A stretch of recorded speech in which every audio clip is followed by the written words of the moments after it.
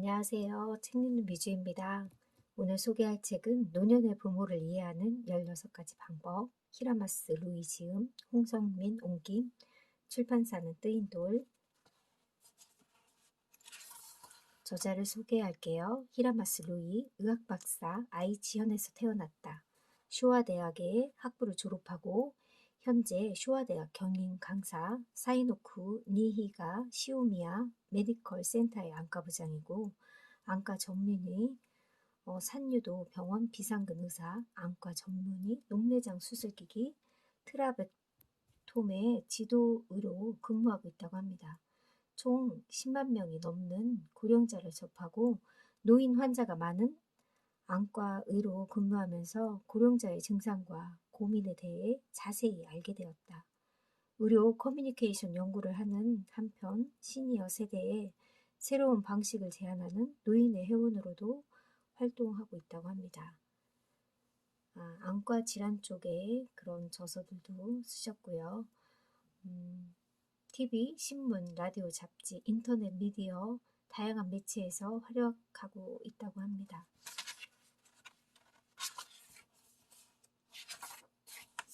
녹차를 소개할게요. 노인이 자주 하는 난처한 행동 1. 본인에게 불리한 말은 못 들은 척한다. 노인이 자주 하는 난처한 행동 2. 갑자기 시끄럽다고 화를 낸다. 그래놓고 본인들은 큰 소리로 말한다. 3. 같은 말을 여러 번 반복하고 과거를 미화한다. 4. 나 따위 있어봤자 짐이다 하고 부정적인 말만 한다. 5. 애써 준비한 음식에 간장이나 소스를 흠뻑 뿌린다. 노인이 자주 하는 난처한 행동 6. 말수가 적고 무뚝뚝하다. 진지하게 이야기를 들으려고 하면 오히려 입을 닫아버린다. 7. 이거저거 그거 많아서 설명을 알아듣기 어렵다. 8. 신호가 빨간불로 바뀌었는데도 천천히 건넌다. 9. 입냄새가 심하다. 10. 약속을 하고 새까맣게 있는다. 11. 놀랄 만큼 어이없는 곳에서 넘어진다. 12. 돈이 없다면서 낭비가 심하다. 13. 나쁜 병에 걸린 걸까 의심될 만큼 식사를 하지 않는다. 14. 목숨이 위험할 정도로 심하게 살에 들리거나 계속 가래를 뱉는다. 15. 한밤중에 일어난다. 16. 그렇게 계속 나올까 이상할 정도로 화장실에 자주 간다.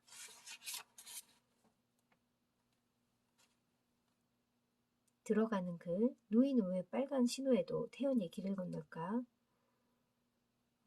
그거는 노화의 신체 변화로 어쩔 수 없어 벌어지는 일이 다반사라고 합니다. 눈꺼풀이 처지고 허리가 굽어 신호등이 잘 보이지 않고요. 넘어지기 쉬워서 발 밑만 보고 걷는다고 합니다. 신호등이 노인의 걸음으로 건널 수 있을 만큼 길지도 않고요. 고령자 10만 명을 넘게 상대하고 의학 문헌을 뒤져 알게 된 사실. 10만 명이 넘는 노인을 진료하다 보니 고령자의 눈뿐 아니라 귀, 코, 입, 팔, 다리 등의 많은 부위의 노화 실태를 보게 되었다. 고령자와 대화가 잘 안 되는 데는 의학적인 이유가 있다. 왜 고령자는 자기에게 불리한 말을 하며 못 들은 척할까에 대한 이야기부터 시작하자. 우리 부모님은 TV를 보니까 청각에 문제가 없다고 생각하는 사람이 많다. 하지만 난청인 사람도 잘 들리지 않을 뿐이지 TV는 시청할 수 있다. 나이가 들어 난청이 되면 모든 사람의 음성이 들리지 않는 것이 아니라 일부가 들리지 않게 된다. 톤이 높은 소리, 특히 젊은 여성의 목소리는 듣기 어렵다고 합니다. 50대까지는 음역에 따른 차이가 거의 없다. 그러나 60세 이상이 되면 2000Hz의 경우 낮은 500Hz 1.5배 이상의 음량이 아니면 들리지 않는다고 합니다. 젊은 여성이 남성보다 1.5배 크게 말해야만 들리는 거라고 합니다. 낮은 목소리로 천천히 정면에서 말하라고 합니다.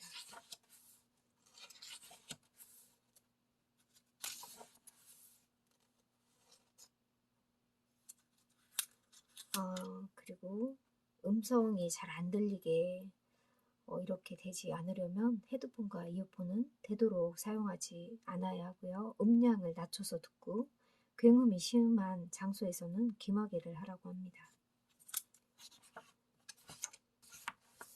고음역은 일정 음량 이상일 때 매우 불쾌하게 느껴진다. 청력이 떨어져서 목소리가 커진다. 난청이 치매를 가속화시킨다고 합니다.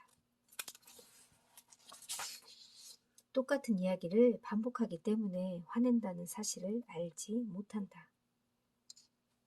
젊을 때를 떠올리면 기분이 좋아서 전쟁 이야기를 여러 번 하게 된다는 고령자가 있다. 이런 경우에도 주위 사람들이 괴롭다. 나도 그랬다. 그러나 제발 똑같은 이야기 좀 하지 마세요 하고 화를 내서는 안 된다고 합니다. 노인은 부정당했다는 기억만 갖게 된다. 자신이 같은 이야기를 여러 번 해서 상대가 화났다가 아니라 이유는 모르지만 상대가 화를 냈다고 머릿속으로 입력한다고 합니다. 부정적인 발언을 막는 것은 역효과. 나이가 들면 자신이 유용한 사람이라는 느낌을 받기 어렵다. 일하지 않아도 된다는 말을 들으면 처음에는 좋아도 차츰 뭔가 충족되지 않는 기분이 들 것이다. 진료를 하다 보면 얼른 죽고 싶다고 하는 노인을 자주 본다고 합니다. 가족들은 부정적인 말을 안 했으면 좋겠다고 합니다. 푸념을 늘어놓지 않았으면 좋겠다고 생각해서 푸념하지 마시라. 부정적인 말은 삼가시라. 당부하지만 역효과다.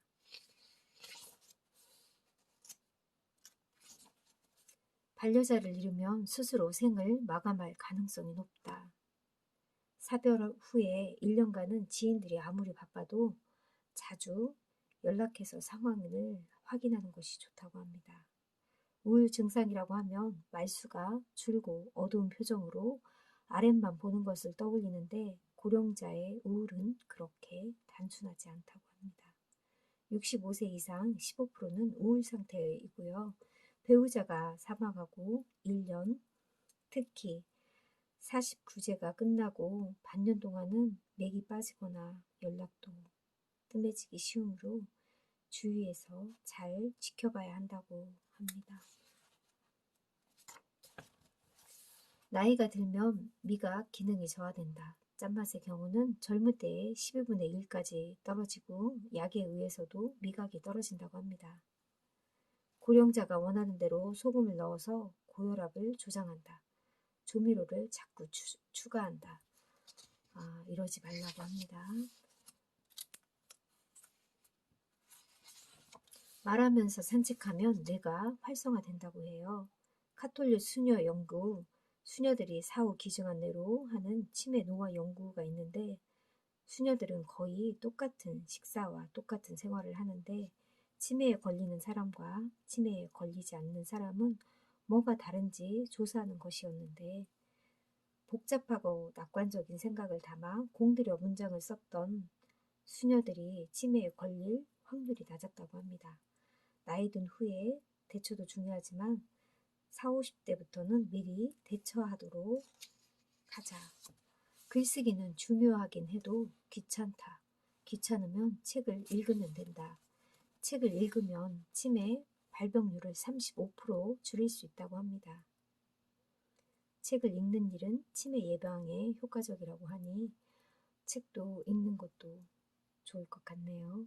산책하면서 대화를 하는 것도 좋다. 동시에 2가지 이상 일을 하면 인지 기능을 단련할 수 있다고 합니다. 대화를 하면서 걷는 행위는 머리에도 몸에도 좋은 운동이 된다. 초간단 스쿼트와 보행 보조차로 빨리 걸을 수 있다. 초간단 스쿼트마저 하기 힘들다면 보행 보조차 실버카를 사용하는 것도 방법이다. 보행 보조차를 사용하면 맨몸으로 걷거나 지팡이에 의지해서 걸을 때보다 보행 속도가 18% 빨라진다는 연구가 있다고 해요. 바퀴 덕에 큰 에너지를 소모하지 않아도 되기 때문에 이렇게 보행 보조차를 이용하면 빨리 걸을 수 있다고 합니다. 키가 작은 노인은 중요한 장기를 다치기 쉽다. 키가 작으면 골반의 위치도 낮아진다. 허리 인근에 골반 주위에 중요한 장기가 위치해 있어서 골반, 골절 같은 큰 사고를 당하면 목숨이 위태로워지기도 한다. 저는 이 부분을 읽고 나이 들면 정말 저는 조심해야겠다는 생각을 했습니다. 노인은 신호등이 보이지 않는다. 횡단보도를 건널 때 고령자는 신호등을 거의 보지 않는다고 해요. 넘어질까봐 발 아래만 보고 걷기 때문이라고 해요. 게다가 허리도 굽었고 신호등을 올려다보기가 매우 어렵다고 합니다. 걸음을 멈추고 상체를 들어 올리지 않으면 보이지 않는다. 맞아요. 허리를 숙이면서 가는 분들 저도 많이 봤는데 나이 들면 그럴 수 있다는 거 이해해야 될 것 같습니다. 눈꺼풀이 처지는 안검하수라는 증상은 안과에서 다룬다. 처진 눈꺼풀 때문에 신호등을 미처 보지 못한 경우도 있다고 합니다. 컨택트 렌즈와 안경은 눈꺼풀을 처지게 한다고 합니다. 정기적으로 눈꺼풀을 올리는 눈 운동을 하면 좋다고 합니다. 하루에 10번씩 해보라고 합니다. 입냄새는 본인이 알기 어렵다. 입냄새는 늘 있기 때문에 본인은 쉽게 알아차리지 못한다고 해요. 다른 사람의 집에 가면 독특한 냄새가 날 때가 있는데 그 집에 사는 사람은 모르는 것과 같다고 합니다. 자신은 입냄새가 별로 나지 않는다고 생각하지만 60세가 넘으면 43%가 입냄새를 풍긴다고 합니다. 치주염과 충치를 해결해야 한다. 입냄새의 원인은 85%가 입안에 있다. 치주염은 40세가 넘으면 80%에게서 나타난다고 해요. 가벼운 치주염은 잇몸에 살짝 염증이 생기는 정도인데 치주염균을 제거하지 않으면 치주염이 심해진다고 해요. 치주염이 악화되면 입냄새를 유발할 뿐만 아니라 치아를 지탱하는 뼈까지 녹인다고 하고 더 심해진 경우는 치아를 빼는 그런 경우도 있다고 저는 의사 선생님한테 들은 적이 있습니다.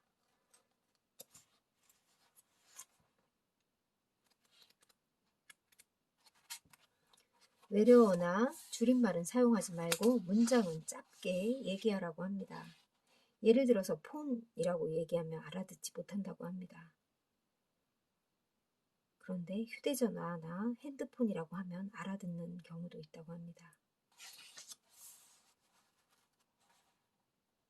예를 들어서 내일은 메밀국수를 먹으러 갈 거니까 신주쿠역 서쪽 출구에서 10시에 모여 먹으러 가자. 이런 문장은 어르신한테 너무 긴 문장이라고 합니다.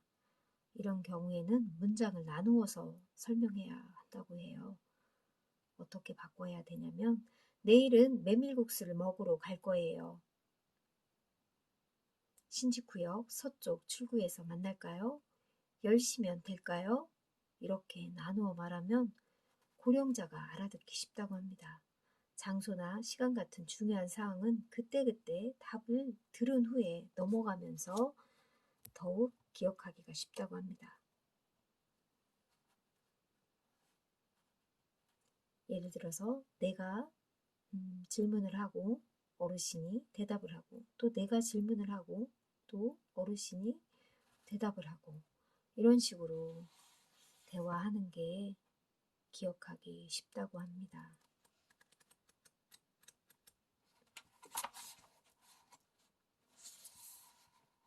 실제로 있었던 사기꾼의 행동이 노인 잡아먹기, 고령자를 노리는 사기의 정체라는 책에 자세히 나와 있는데 사기꾼들은 한 곳에 모여 연수를 받으면서 대화법 등을 익혀가지고 고령자 대상의 비즈니스 잡지를 읽고 심리와 동향도 공부한다고 해요. 그래서 노인들을 속이는 경우도 간혹 있잖아요. 누구든 쉽게 속일 만큼 전문적인 집단인 경우 치매가 아니어도 쉽게 설득당한다고 합니다. 고령자가 사기를 쉽게 당하는 것은 치매 때문이 아니고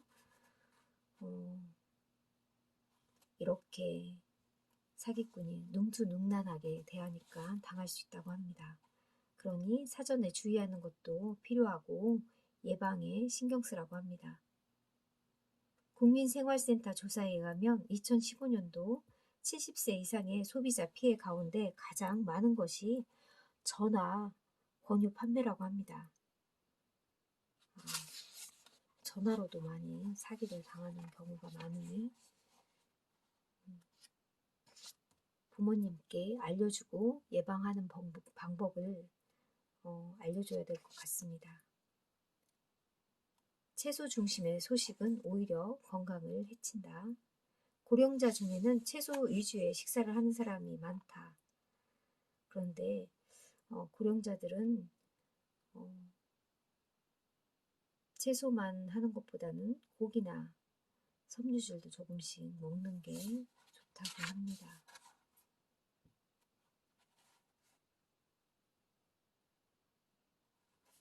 고령자에게 말랐다는 말은 공포감을 심어준다고 합니다.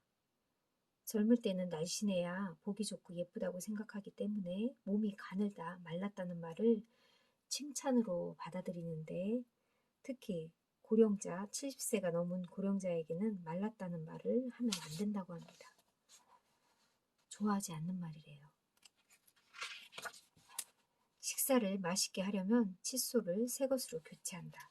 맛있게 균형 잡힌 식사를 하기 위해서 구강 케어도 중요하다. 특히 치주 질환을 예방해야 한다고 하는데 칫솔을 한 달에 한 번 새 것으로 교체하는 것이 중요하다고 해요. 칫솔 상태가 나쁘면 치석 제거율은 60%가 떨어진다고 하니까 한 달에 한 번 최소 칫솔을 교체하라고 합니다.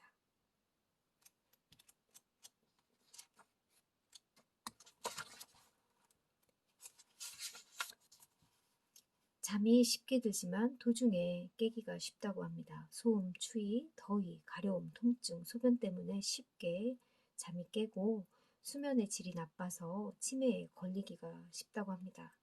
그러니까 잠을 제대로 잘 자지 못하는 것도 치매에 걸릴 수 있다고 하니까 숙면을 해야 될 것 같습니다. 고령자는 1시간 이상 참지 못한다. 고령자가 외출을 싫어하는 이유는 화장실을 자주 가야 하기 때문이다. 나이가 들면 소변을 농축하는 호르몬이 줄어든다. 소변 농도가 흐려지고 양도 증가한다고 합니다.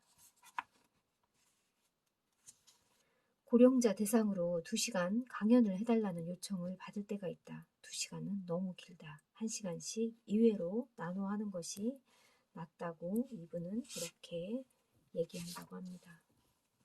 화장실에 갈수록 더 가고 싶어진다고 합니다. 화장실에 자주 가면 습관이 되어 방광에 소변이 조금만 차도 화장실에 자주 가게 된다고 합니다. 급하지 않으면 참는 방법도 훈련하는 게 좋다고 합니다.